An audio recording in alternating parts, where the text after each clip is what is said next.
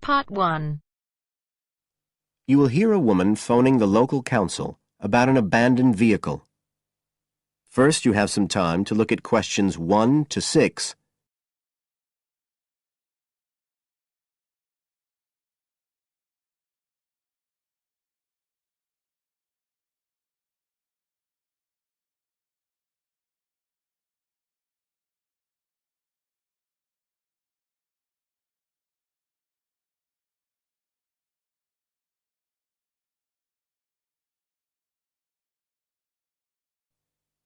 Now we shall begin. You should answer the questions as you listen, because you will not hear the recording a second time. Listen carefully and answer questions 1 to 6.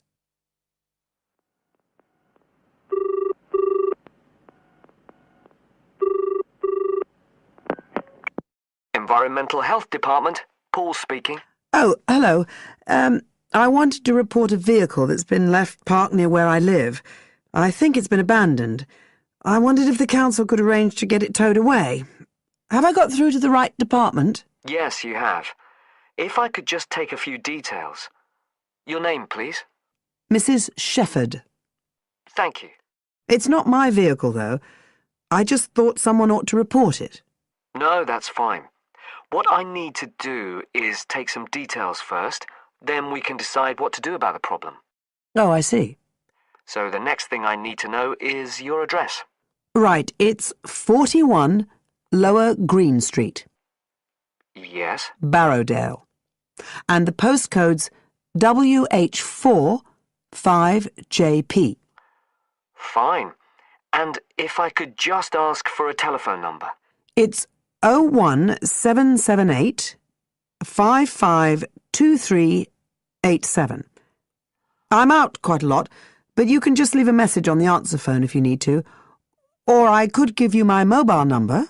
That's all right, don't worry. Now, could you tell me a little more about this vehicle? You say it's been abandoned. Well, it certainly looks like it. Can you give me an idea of where it is? Yes, it's near the main road that goes through Barrowdale. Is that the A69? Yes, that's right. Now, there's the primary school just towards the end of the village, and then next to that, next to the children's playground, there's a field, and it's in there. Oh.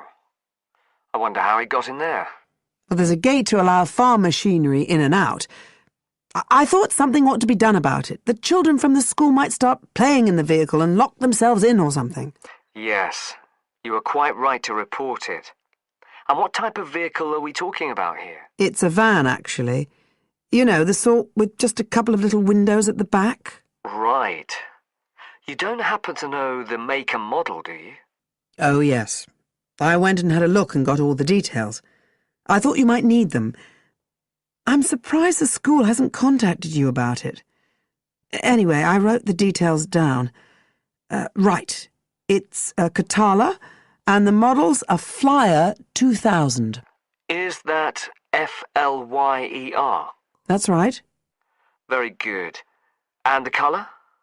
Well, it's not all that easy to see because it's absolutely filthy. And actually, it looks as if it's had a paint job at some stage. It's blue, but you can just see white underneath where it's been scratched. Right. Well, I'll just make a note of the present colour. And if you could just tell me the vehicle number. Did you make a note of that? Oh, yes. It's S322GEC. Okay. Before you hear the rest of the conversation, you have some time to look at questions 7 to 10.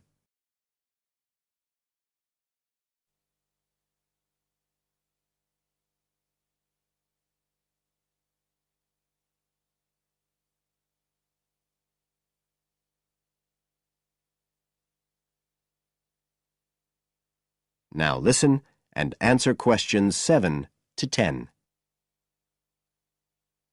And it sounds as if the general condition of the vehicle isn't too good, from what you say. No, it's pretty poor. It wouldn't be drivable. It's got a flat tyre and there's a crack in the windscreen. I reckon someone just wanted to get rid of it. That's usually the way. It's been there for nearly a week. No, it must be 8 days. I remember it was a Sunday morning when I noticed it. It wasn't there the day before. I walk past it most days on the way to the shops. I'd have thought the school would have reported it. Does the field actually belong to the school? No, it's part of Hill Farm Estate. Right. I'll just make a note of that. And I don't suppose you have any information about who might own the vehicle? No, I've no idea. So what will you do now? Well, we'll come and have a look and see if we can trace the owner. And if we can't, the vehicle will be removed as rapidly as the law permits. It could be anything up to 20 days. One thing I should say, I'm quite sure this doesn't belong to anyone round here. I'd definitely recognise it if it was from someone who lived here. So you don't think it was anyone local? Right. I'd say at a guess we're looking at a stolen vehicle here. I did wonder if it might have been. You hear such a lot about car thieves nowadays. Well, we certainly will be looking into that possibility. Anyway, thank you for contacting us, Mrs. Shefford, and we'll keep you informed of what happens. Right. Thank you very much. Goodbye. Goodbye.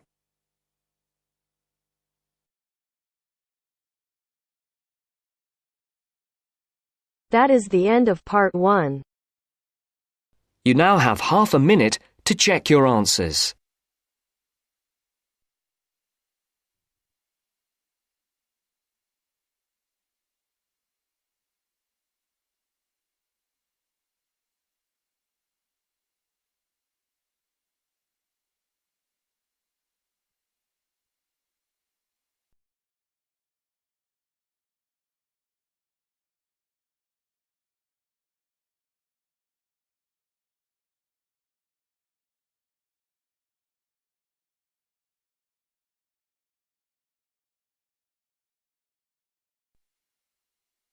Now turns to part 2. Part 2. You will hear a conversation between an Ielts candidate and an Ielts administrator. First, you have some time to look at questions 11 to 15.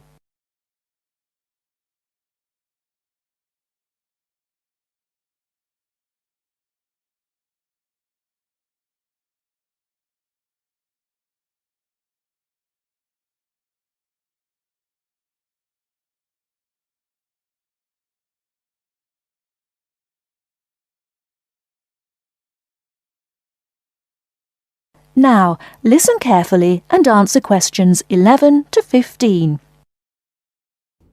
Good afternoon. I'm applying for a master's program at the University of Exeter in the UK. I'm planning to register for the Ielts exam at your centre next month. I have some questions I'd like to ask you before I register, if that's okay. Certainly. Would you be taking the academic module? I think so, but I'll have to contact the university just to make sure.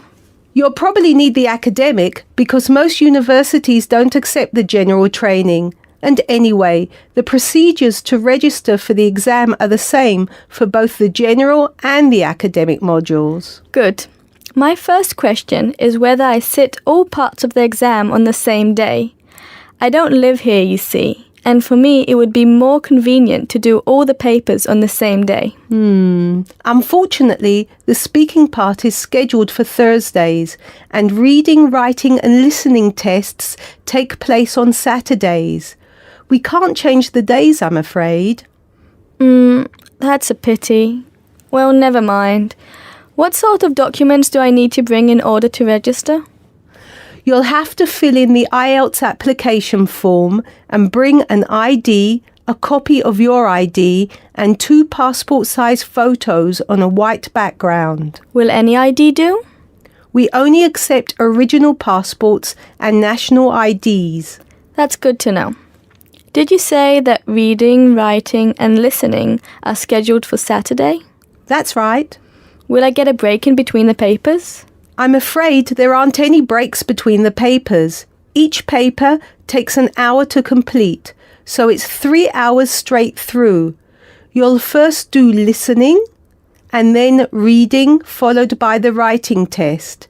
This is a standard requirement from Cambridge. Before you hear the rest of the talk, you have some time to look at questions 16 to 20.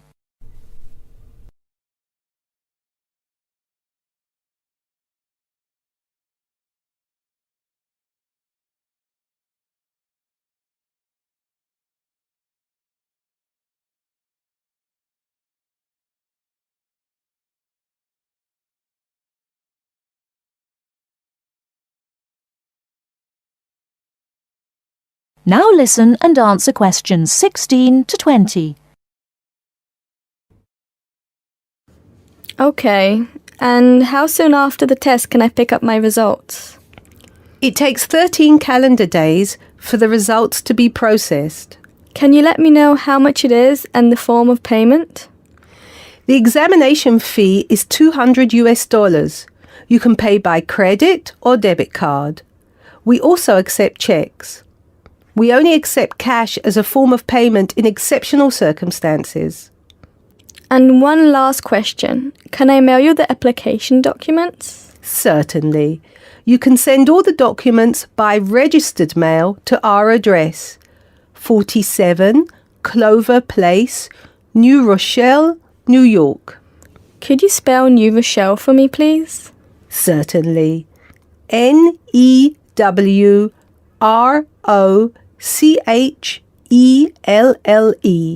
Could I have the zip code as well? Sure. Our zip code is 10806. Thanks. You can also email us at inquiry@examsmail.com or phone us at 325-9082. I think that's all. Thank you very much for all the information. Bye. You're welcome. Goodbye. That is the end of part 2. You now have half a minute to check your answers.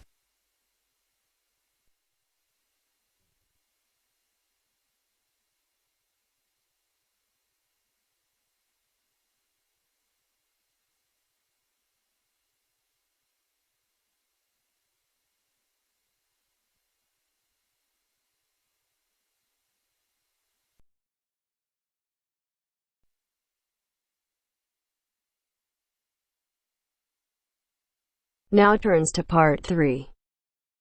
Part 3. You'll hear a woman calling Laverton Arts Centre for some information. First, you have some time to look at questions 21 to 26.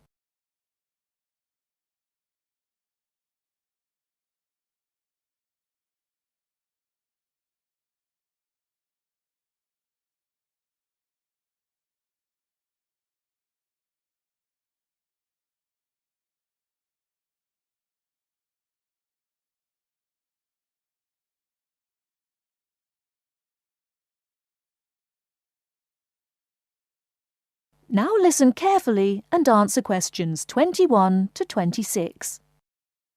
Laverton Arts Centre. How can I help you? Hello. I've been to the Arts Centre a few times recently, and I understand you have this scheme for regular visitors. The Friends of Laverton Arts Centre. Yes, that's right. I wonder if you could tell me a little about it. I mean, how much it costs and what benefits it offers, things like that. Certainly. Well, first of all, the good news is that we've recently changed the scheme. It used to cost £15 a year, but now it's free. All you have to do is fill in an application form. You can either come to the Arts Centre and do that here, or you can go to our website and apply online. And so what are the benefits of joining? There are actually quite a few. As a friend of Laverton Arts Centre, you'll receive a newsletter every 3 months with information on all the forthcoming events. That sounds useful. You also get priority booking for shows and concerts in the main theatre. Can you explain how that works exactly? Yes. What that means is that when tickets go on sale, for the first 2 days they're only available to Friends of the Arts Centre. So, as long as you book early, you can make sure you get seats. Great. Do you ever offer discounts to friends of the centre? Under the old system, when you had to pay to be a member, we did. Under the new system, there won't be any discounts for shows in the main theatre or films at the Arts Cinema. Having said that, we will be offering some discounts to members for performances in the small theatre. There'll be information about this in each issue of the newsletter. I suppose I can find that information online as well, can I? Absolutely. Actually, we're redoing our website at the moment. Right now, there actually isn't a special section for Friends of the Arts Centre on the website. Once the site's been redesigned, there will be. You'll be able to put in your username and password and enter a special section just for you. It sounds excellent. Are there any requirements, though? I mean, as a member, do I have to do anything? Yes, sorry, I forgot to mention that. There are no formal requirements at all, though obviously we have this scheme to encourage people to attend events here regularly. So we ask that you attend at least 4 events a year, whatever they are, if you possibly can. Nobody's going to count, though, and it's totally up to you. That sounds fair enough.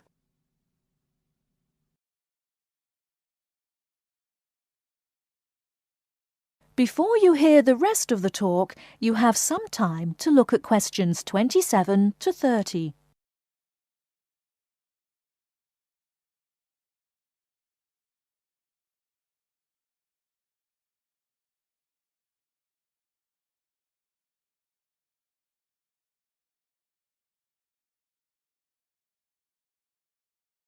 Now listen and answer questions 27 to 30. While you're here, we're actually conducting a short survey of people who phone up the Arts Centre.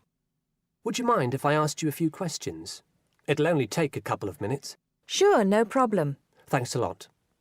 So, how many times have you visited Laverton Arts Centre in the last 6 months? Well, I've only lived in the area for the last 4 months, so not that many times. 3, I suppose. Yes, that's right. Fine. And how did you first find out about the Arts Centre? Let me think. Oh, yes, a friend invited me to a concert, and I came with her. Have you ever seen a film at the Arts Cinema here? No, I haven't, to be honest. In fact, until you mentioned it earlier, I didn't realise you even had a cinema. One more question. If we offered a free tour of the Arts Centre, including things such as going backstage to look at the dressing rooms, would you be interested in going on it? Oh, yes, definitely. I think a tour like that would be very interesting. I'd even pay for it. That's great. Thank you very much for your time. Thank you.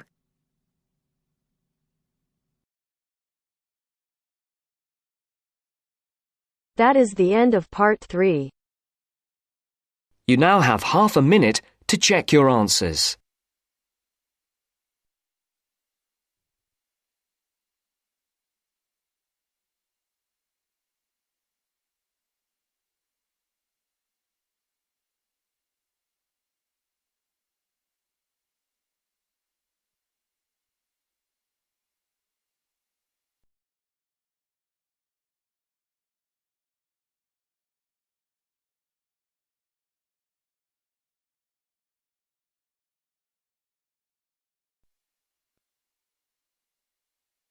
Now turns to part 4.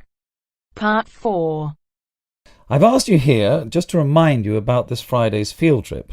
First, you have some time to look at questions 31 to 40.